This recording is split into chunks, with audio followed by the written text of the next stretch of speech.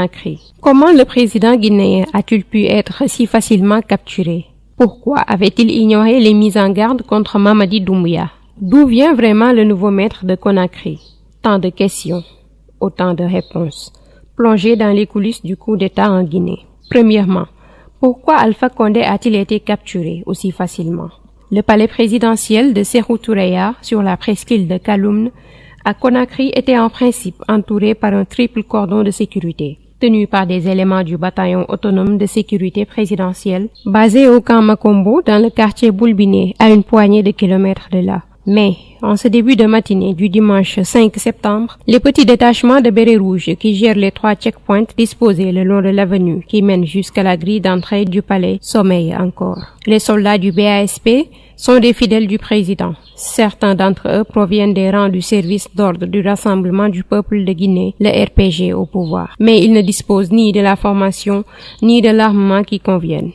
Le général français Bruno Clément Bollet, qui a beaucoup œuvré à la restructuration de l'armée guinéenne demandée par Alpha Condé, estime que Sékou Toureya était l'un des palais les plus mal gardés d'Afrique de l'Ouest. Si on le compare avec le dispositif de protection du palais du plateau à Abidjan, c'est le jour et la nuit, ajoute-t-il. C'est au premier étage où il vit seul qu'Alpha Condé sera pris, venu de sa base de Kaleya à Forêt-Karia, en Basse-Guinée à 85 km de là, à la tête d'une colonne d'une 50aine de camions et de pick-up armés de mitrailleuses 12 mm.7. Le lieutenant-colonel Mamadi Doumbouya fonce droit sur Kaloum, où il fait son entrée aux alentours de 8 heures du matin. Il a engagé dans l'aventure la quasi-totalité du groupement des forces spéciales, soit 500 hommes environ, dont une partie lourdement armée, prend position devant le camp Makombo pour bloquer toute sortie d'un renfort de la garde présidentielle.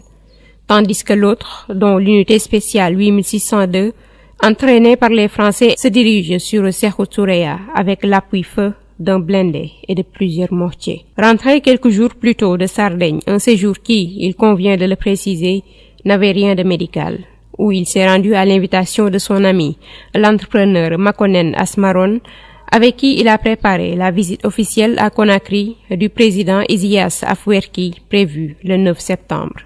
Alpha Condé, un insomniaque notoire, a fini par s'endormir aux premières lueurs de l'aube.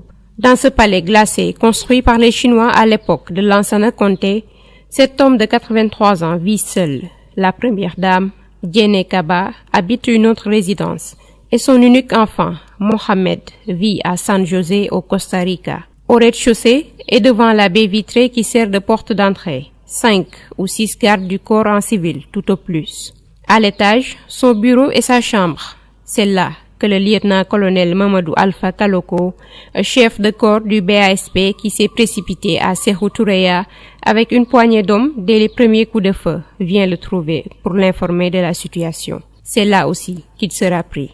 À l'extérieur, l'affrontement est bref mais meurtrier. Selon nos informations, une vingtaine de gardes présidentiels sont tués, dont le colonel Yemoba Kamara, commandant de la protection rapprochée du chef de l'État, ainsi qu'au moins 2 membres du GFS, guidés par un transfuge du BASP habitué des lieux. Les putschistes font exploser la baie vitrée et se ruent dans l'escalier qui mène au premier étage. Ainsi, ils plaquent Kaloko au sol, s'emparent du président à qui il passe des menottes après l'avoir menacé. Si vous bougez, on tire.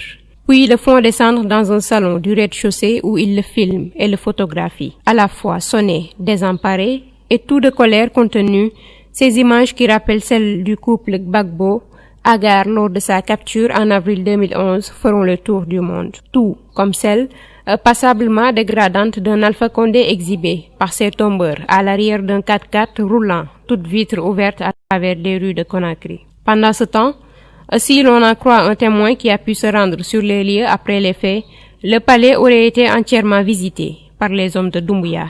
Et nul doute que les sacs de cash, qu'à l'instar de la plupart de ses homologues du continent, Alpha Condé conservait dans sa chambre et son bureau, n'ont pas dû échapper à leur convoitise. Un peu partout dans la capitale, mais particulièrement dans les quartiers acquis à l'opposition, des scènes de liesse succèdent à l'apparition des premières photos sur les téléphones portables. Avec leur corollaire prévisible, le ministère de la Communication, les sièges de la radio rurale, du journal gouvernemental Oroya et du désormais ex-parti au pouvoir, le RPG, ainsi que celui de la commission électorale, sont attaqués et souvent vandalisés. En l'espace de quelques heures, ce dimanche 5 septembre, le ministre de la Défense, Mohamed Diané, un très proche d'Alpha Condé, a cru en la possibilité d'une contre-attaque et d'une reprise du pouvoir grâce au régiment, présumé fidèle de l'armée de terre, des parachutistes et de la gendarmerie. Mais l'arrestation du président et la diffusion immédiate des images sur les réseaux sociaux, stratégie 3.0, manifestement réfléchie à l'avance, a pris de court et comme tétanisé la haute hiérarchie militaire. L'un après l'autre, les camps de Conakry puis de l'intérieur du pays se sont ralliés au coup d'État.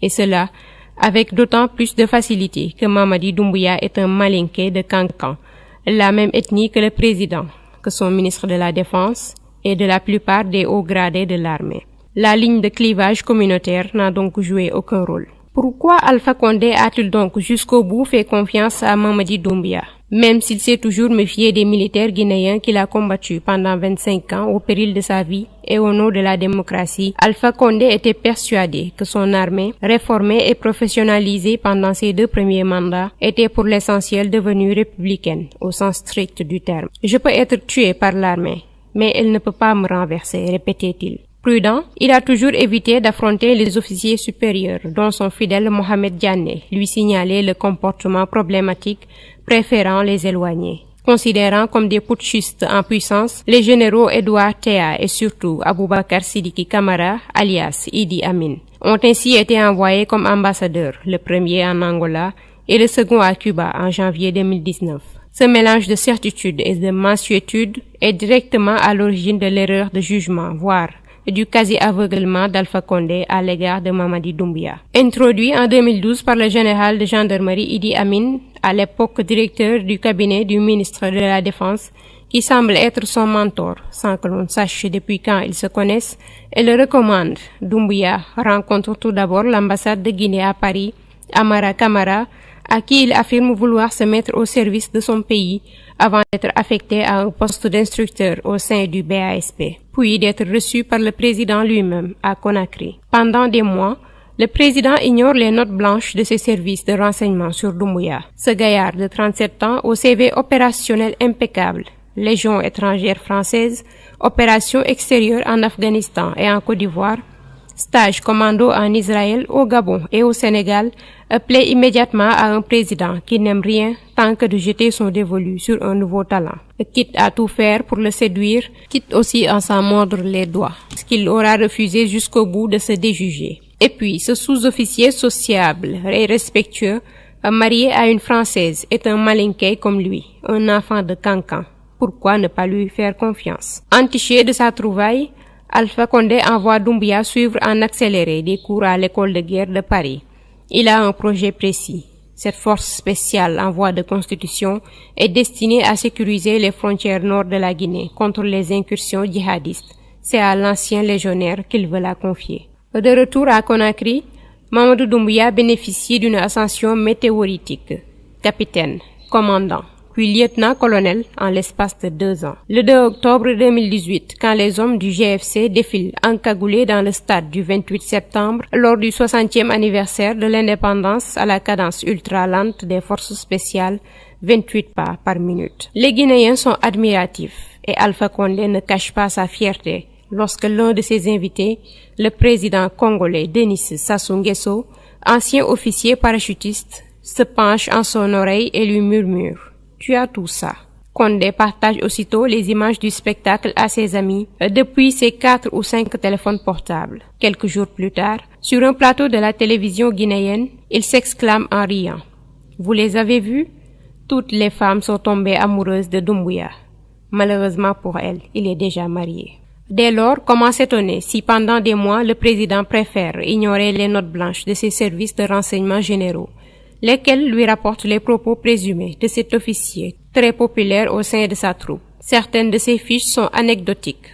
On l'aurait entendu se plaindre dans un supermarché de la piètre qualité des vins importés. D'autres sont plus inquiétantes quand elles relatent des phrases critiques sur la gouvernance tenue par l'intéressé dans un établissement de Conakry, habituellement fréquenté par les membres du contingent guinéen de la MINUSMA au Mali lors de leur séjour en permission, ainsi que le dédain affiché par le chef des forces spéciales pour les capacités opérationnelles de l'armée ordinaire. Toute pointe sa filiation avec le général Idi Amin, tenu en haute suspicion dans son exil diplomatique cubain, ainsi que le risque de voir le GFS devenir l'unité la mieux armée des forces de défense. À partir d'avril 2020, la mésentente entre le lieutenant-colonel Doumbouya et Mohamed Diané alimente les rumeurs de la presse. À l'approche de l'élection présidentielle, dans un climat particulièrement tendu, le premier refuse la délocalisation prévue de la base des forces spéciales de Conakry à Kalaya, non loin de Forêt-Karia. Il exige que son unité demeure dans la capitale afin, dit-il, d'être en mesure de sécuriser le scrutin. Diané, qui trouve cette insistance suspecte, demande au président de trancher. Alpha Condé accepte la délocalisation, mais concède à Doumbouya le maintien d'une antenne des forces spéciales à Kaloum, proche du jardin du 12 octobre et du palais du peuple.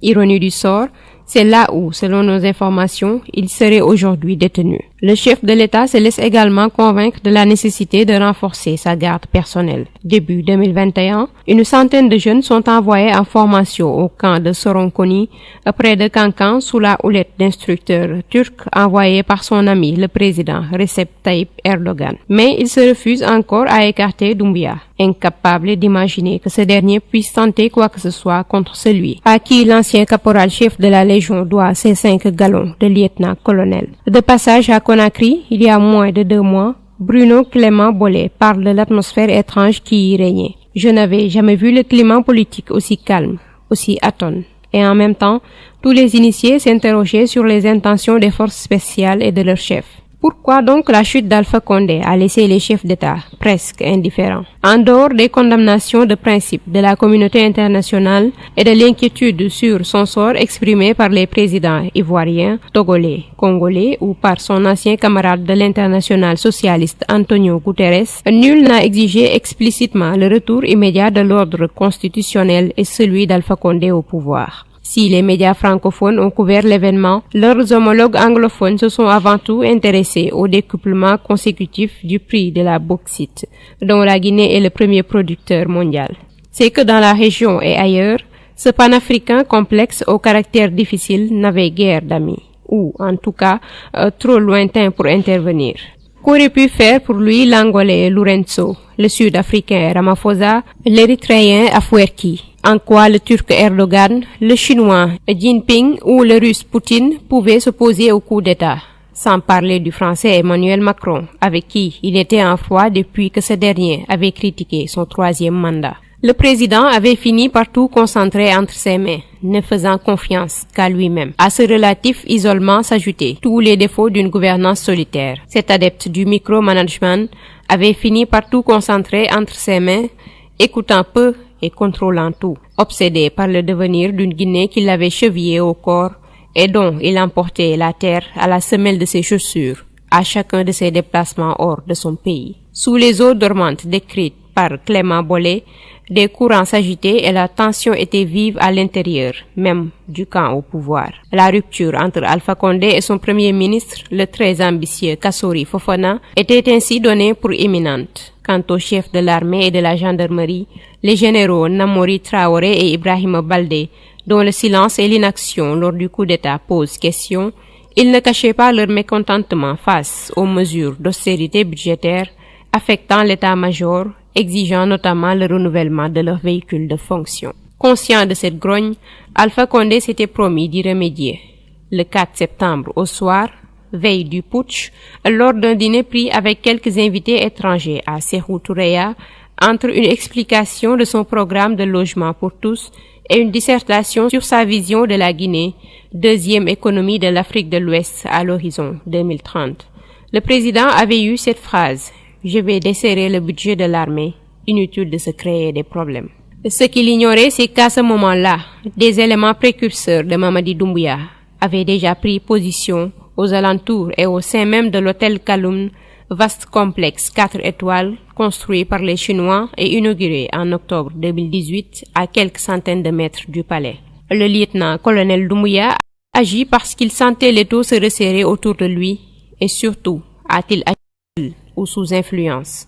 Dans un pays encore très fortement marqué par les appartenances communautaires, le fait qu'il soit malinqué comme 90% de ces hommes explique en partie l'absence de réaction des partisans d'Alpha Condé et de son parti. C'est le troisième coup d'État réussi dans l'histoire de la Guinée, après ceux de Lansana Conté et de Moussa Dadis Camara.